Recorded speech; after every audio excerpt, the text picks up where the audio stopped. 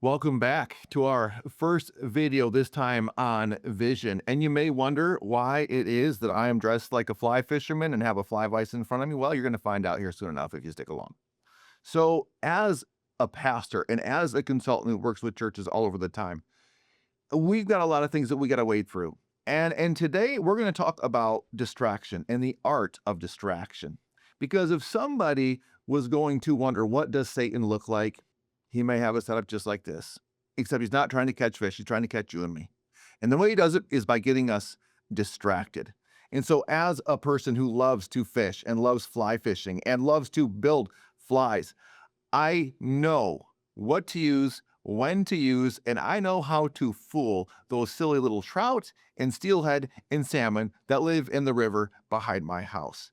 And what we have here is a little setup. And what I'm going to use is I'm going to take a simple hook, simple thread, bucktail. Why in the world would a fish ever want to eat the tail of a deer? Calf tail. Again, something else. This doesn't make any sense to me. Why would they want to eat that?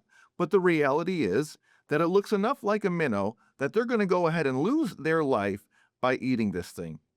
And so as we think about what it means for us to be Christians, and also what it means for us simply to be human, for us to realize that we live in a world where we have a very real enemy who knows that he doesn't have to fool us forever. He just has to distract us for a lifetime.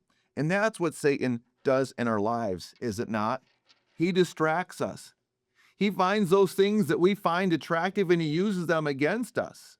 Again, I'm taking pieces of a deer and parts of a calf and steel and thread and turning it into something that will tempt and lure my prey to its untimely death. Works out great for me, unfortunately not so great for the trout, the salmon, the brown trout, the rainbow trout, the brook trout, the Chinook salmon, the pink salmon, or the steelhead that I love to go and fish for. And I love also to smoke and eat. And as somebody who works with churches and congregations, what I see is oftentimes death to ministry is all the distraction. All of the things that get in the way, all of the flashy little things that Satan dangles before our eyes to get us off course, to get us to lose focus. And so let us not fall prey to Satan's schemes, but rather recognizing that we actually do his work for him when we get distracted and when we take the bait that he offers us. Let us learn from the wisdom of Proverbs chapter 29, verse 18, where it says, where there is no vision, the people cast off restraint. That vision, it isn't just what I want to do or what I want to make it. It is prophetic vision. It is God's vision. And that is what we pursue as God's people, especially when me or one of my consultants is working with your congregation.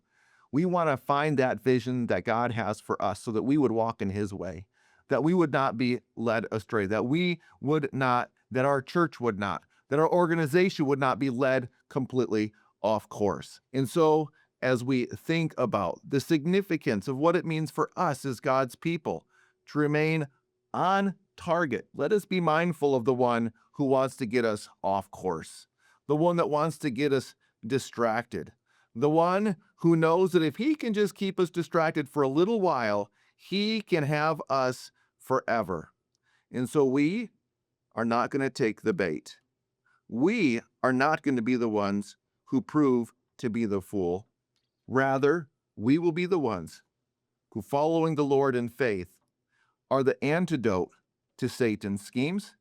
We are the ones who are going to give hope to the hopeless, faith to those whose lives are empty, be companions to the lonely as we live into the call and the mission and the vision that God has blessed us with. Happy fishing!